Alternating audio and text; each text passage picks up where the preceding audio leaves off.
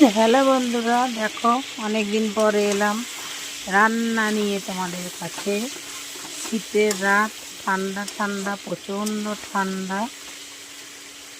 রাতে হচ্ছে ভাত, এদিকে হচ্ছে চিকেনটা আমি ভাজছি তেল আর বাটার দিয়ে। আলু ভেজে রেখেছি, আদা রসুন পেঁয়াজ শুকনো লঙ্কা টমেটো তেলে ভেজে নিয়েছি, দিয়ে বেটেছি। এটা দিয়ে ঝাল ঝাল কষা কষা চিকেন বানাবো, বাটার চিকেন। বেশি বাটার তো শুধু খাওয়া যায় না, একটু তেলও অ্যাড করেছি সাথে। আর এইগুলো দেখো কি জ্বালাচ্ছে, ঠিক আছে? মিনি এরকম মিনির সাথে মারামারি, আর দেবে মিনি থাপ্পড়।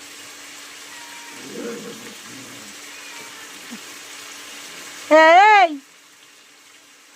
মিনির পেছনে লাগিস না তো, তো বাঁধন না।